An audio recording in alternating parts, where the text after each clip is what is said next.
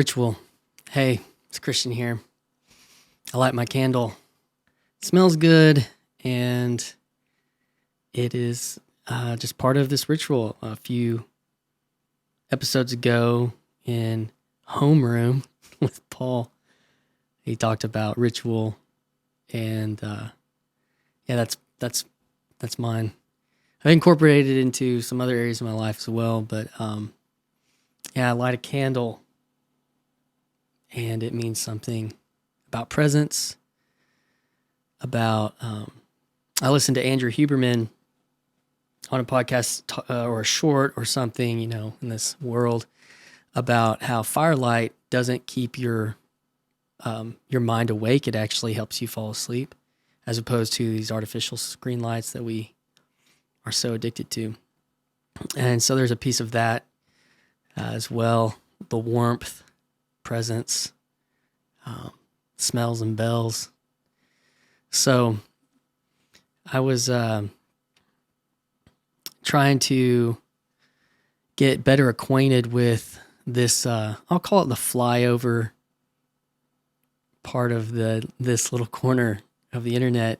I watched about a year or two old video that Griswold Grimm's first interview with Paul VanderKlay. And then I also watched Arkansas Rando, Ted, and he'd talk about his journey into Catholicism. And I enjoyed both of them immensely.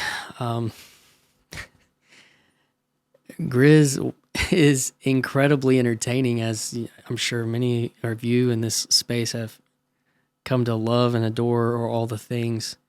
He definitely has a way with words, as people say. He has quick wit, all the things. But he was inspiring as well. He tells a story of adversity and all the things that bring inspiration. I laughed very hard out loud several times during the Randos conversation. Very hard.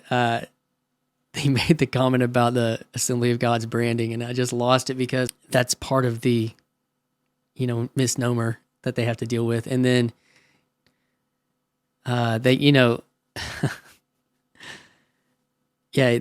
part about the Assembly of God Church is just really make me chuckle. I think it's interesting listening to him towards the end get, what appeared as vulnerable. I don't know how to define some of these things in the breakdown of the fourth wall, but he was talking about his true desire to help people. I also got a little kick about, he made the joke about Jordan Peterson, clean up your room and they'll then go become a capitalist. And then he started talking about this, putting his life together, and then they building this channel, and then all of a sudden there's like some money flowing in, having to decide, how to incorporate or all those things. It just is we're all trapped in these frameworks that are way beyond us. So it just is interesting. It was funny. What else he made me think about? But just his journey as he deals with despair and nihilism is very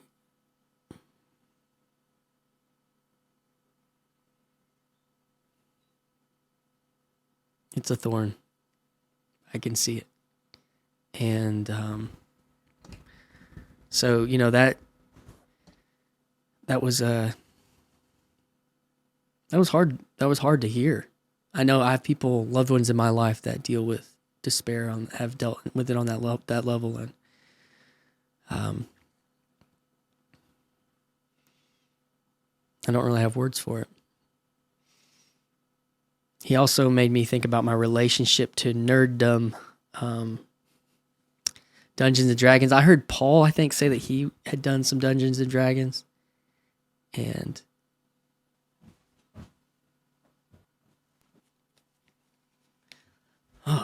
there's going to be some pretty steep cuts in this one.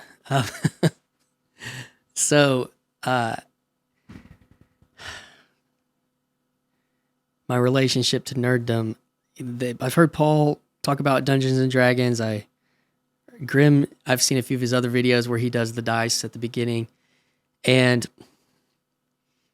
I really, from a very young age, about 4 or 5, I'm 38.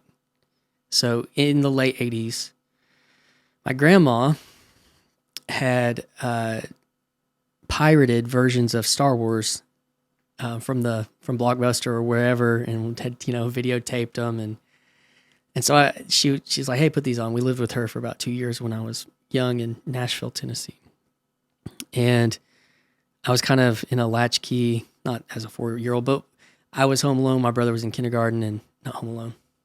I was home. My brother was in kindergarten, and I would watch Star Wars, and there's just these images and like the big spaceships, the big triangle ones that, Empire Strikes Back, and they're crossing each other, and there's deserts, and there's snow planets, and there's jungles, there's laser swords, there's an invisible force, and it just, it captivated my mind, even at a very young age.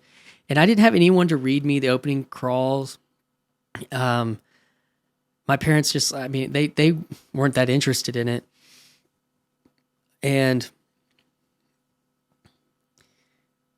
then I moved from Nashville to a town in Arkansas of about 350 people where my dad had grown up. And I went to the little county school there where no one had ever even heard of Star Wars. And so that was first grade, into first grade. And so from a very early age, there was this side of me that I felt like, people don't get this part of me.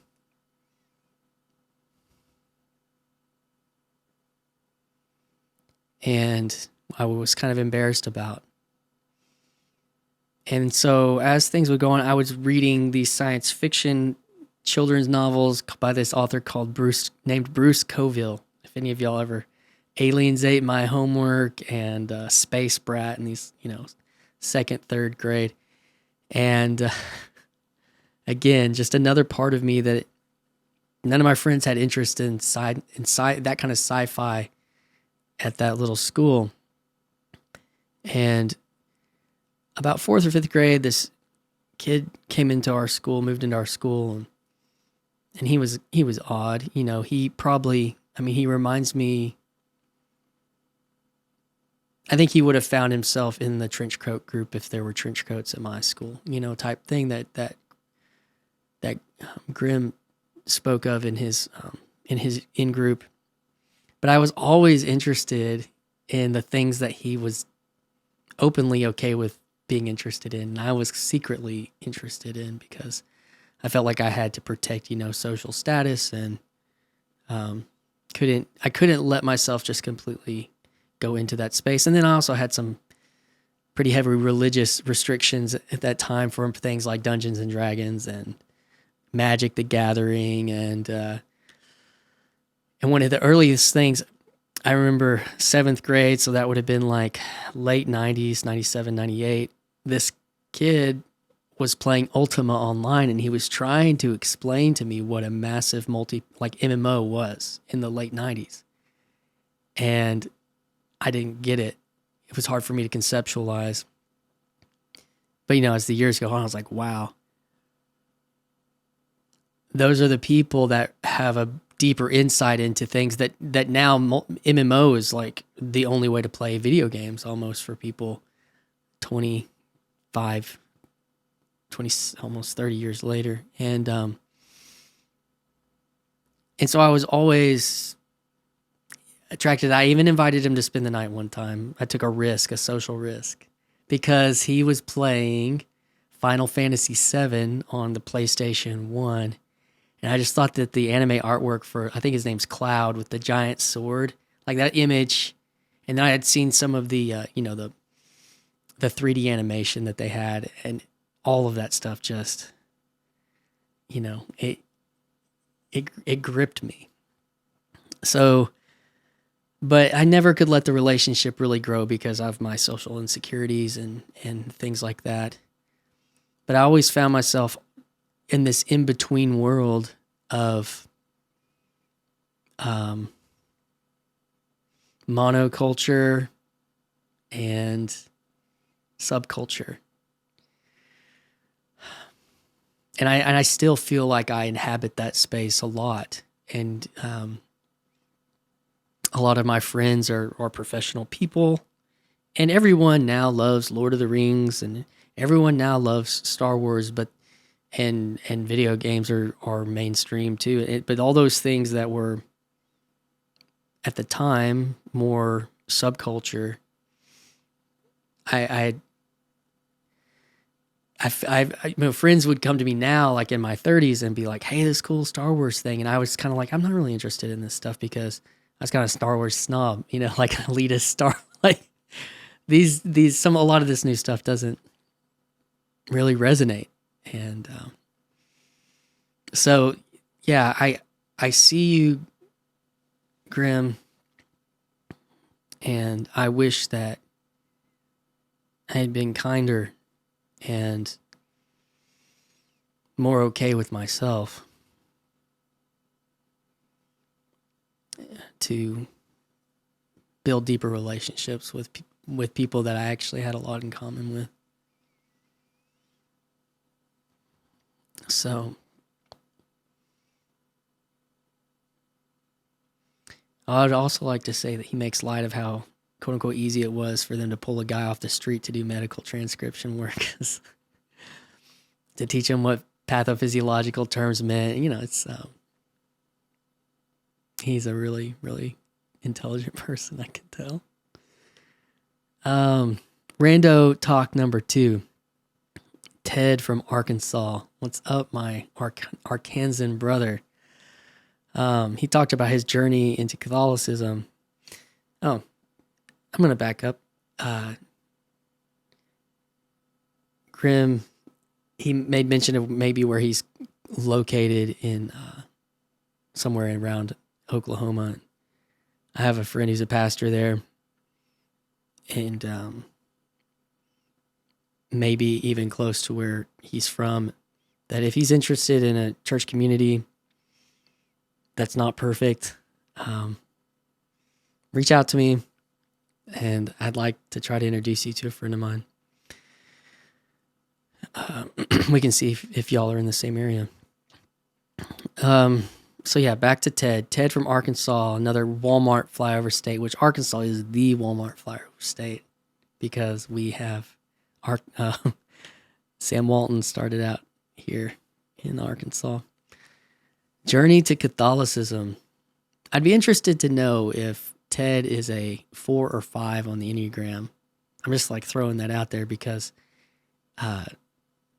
he reminds me of my father-in-law, my father-in-law is a physician, and he's never satisfied. I mean, he's been on a lifelong journey for,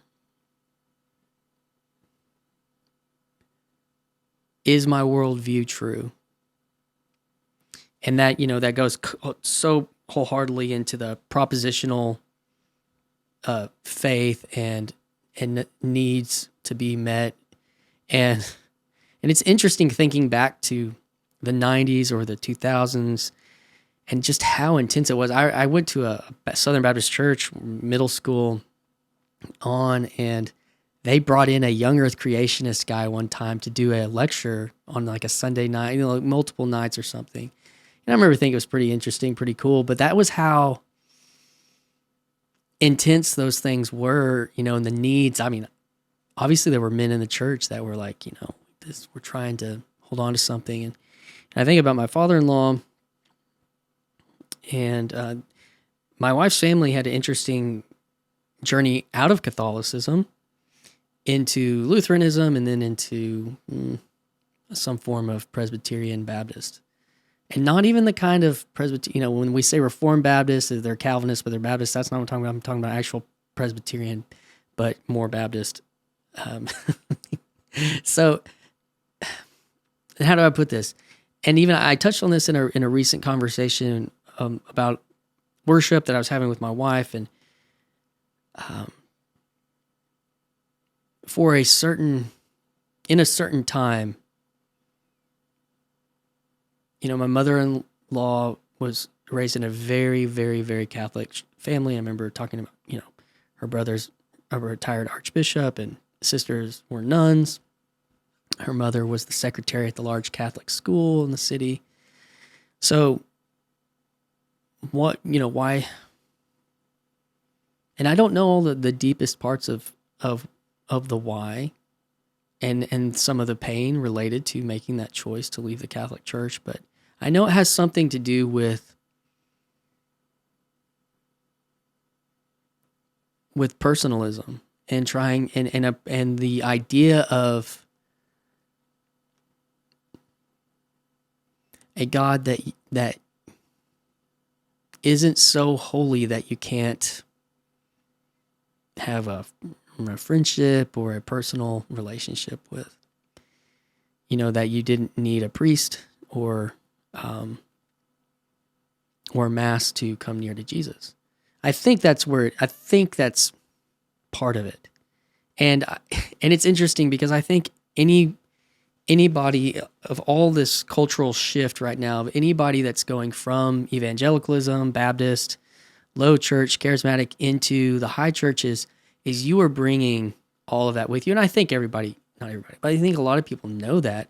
But that is then affecting those churches. They aren't just the 2,000-year-old institution and even in a local context, I mean, it is a organism that is affected by the culture that it comes in. Now, granted, it is a very old institution and has deep roots, and there's all sorts of reasons why to go that direction. But even for my wife, who I guess you could say left Lutheranism, that was looking for, even in more of the same steps as her mom, which I kind of find beautiful thinking about that right now, is because looking for a deep and a real spiritual life that wasn't just ritual. And that's how we met. So, because I was, leading people to worship God with my own guitar. And, and it was eyes closed and hands raised or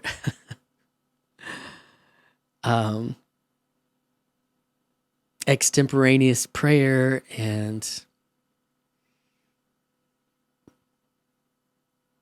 energy, passion, and casual kumbaya and all those things. So all that from Ted's journey into Catholicism is this counter journey out of Catholicism that that intersected with my life, because as I grew up in my wife's family, credo baptism versus pedo baptism, and why is the liturgy?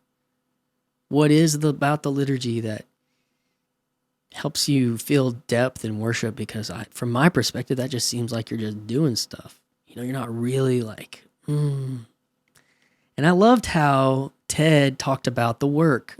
We're coming to do something, and we're gonna chant these chants. We're gonna sing these songs. We're gonna participate in this with intention, and not to say that in a low setting there's not actually the same thing, but Ted's a little younger than I. He kind of gave away his age a little bit on his time scale from when he was in the high school. I can imagine now, as someone who, in the late 90s till, 2016 was doing the rock and roll worship, that if you grew up in that, it's kind of like, that's not yours. It's kind of your parents. And so I think we're seeing a lot of that whenever Paul in that video was asking him what is the reason you see people looking at Orthodoxy and Catholicism is because they're looking for their own thing and they're looking for tradition. And I think that that's really wonderful, because there's this whole other aspect of culture with the meaning crisis of how institutions are crumbling. And I'm not saying anything that most of the people that have listened to a lot of the people in this content don't already know, but I was having a conversation with a friend of mine who's been in the Air Force for the past 3 or 4 years, and he's just burnt out. And he's like, I don't think anybody even believes in this. So I had this experience of my life kind of undoing and unraveling, and there was so much insecurity when it came to work, or from my previous career where there were only a handful of jobs, and it obviously wasn't. It had come undone. And so I was looking, getting into healthcare. You see these giant buildings, and I remember driving as a nurse into a multi-deck level parking garage, and thinking, I am in this strong, stable corporate structure. I have security. I'm a part of this grand, even Catholic institution.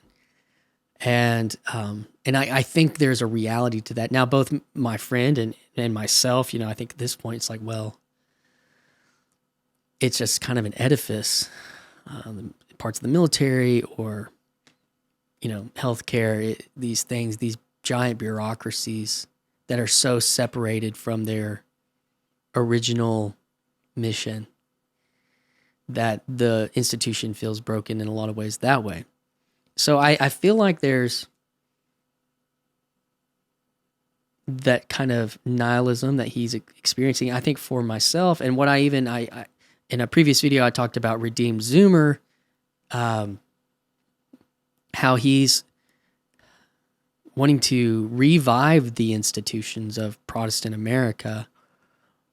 I really resonate with that deeply. Well, I've kind of rambled, and I'm going to do more videos about that, but I want to make a few more points about Ted's video. And so something that I'm realizing about myself is I feel like I am super, super wide when it comes to knowledge and when it comes to interest. Very wide, very, these shiny object. And I think that I code as a 7 on the Enneagram. And that might make sense. But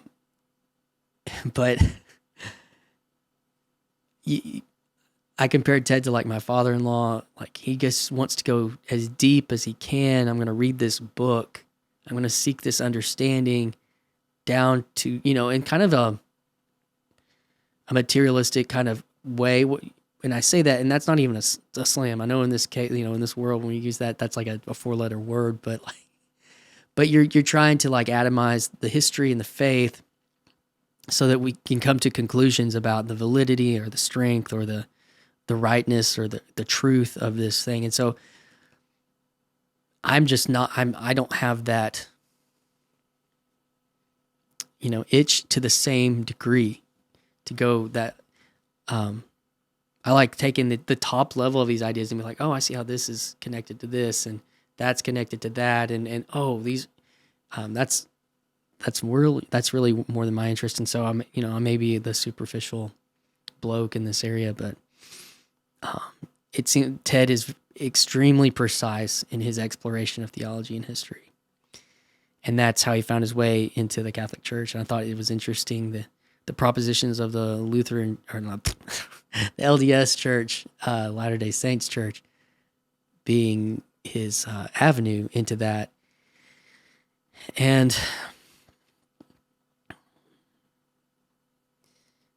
so Paul asks in a lot of his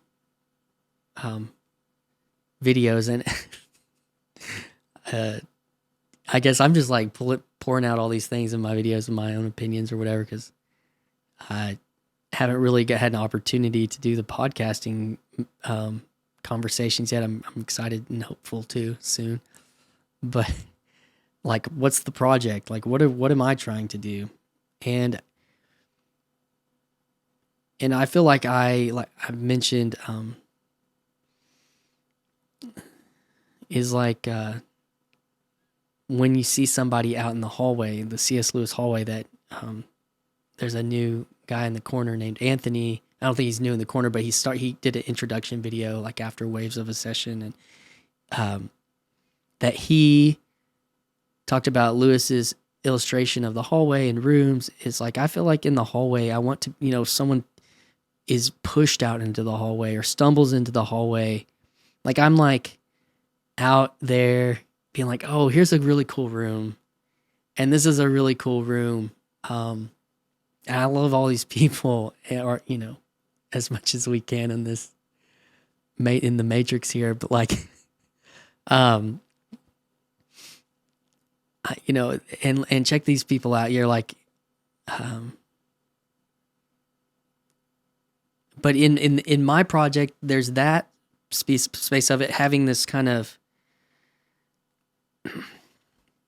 like I said, I had these experiences of like interacting personally with people from these higher churches, from the lower churches, and just being like, oh, well, the faith is real here as it is there. Now the expression and the depth, and if you need the assurance of the, of succession and those things, well, you're going to really feel drawn towards one of these other areas. But just realizing, in my very early 20s that, like, not just like, oh, we're all Christians, but like, oh, I see how this is Christian, and I see how this is Christian, and why, and I'm not to the depth of certain people, but, I have a church history. I took church history in college and took theology classes. And so, I mean, I could kind of parse those things out in a certain way that gave me a strong liking for ecumenicism, or whatever the right word is for that. And I'm still there, and I've been there for a long time. And I made a video about ARC conference, Redeem Zoomer, and like passion, and how do you get these people to talk to each other? And that's kind of my project too, is helping whet people's appetite for what I know to be things that I think are grounded in deeper institution and history. But you can't, there's certain people in certain generations that you're not just going to be like, hey, come to the Catholic Church, you're going to love it. Like the journey that Ted went on was basically like a college degree's worth of information that brought him to that place. And that's just not where everyone's at. But I think that the lines and the boundaries are blurring to where you can bring people and they can kind of see, oh, there's something interesting over there, and not evil, or not rote religion, and all the things that we're taught down low here, and helping bridge the meaning here in this little corner. So, all right, those are my thoughts for the day. Yeah, we'll see you again.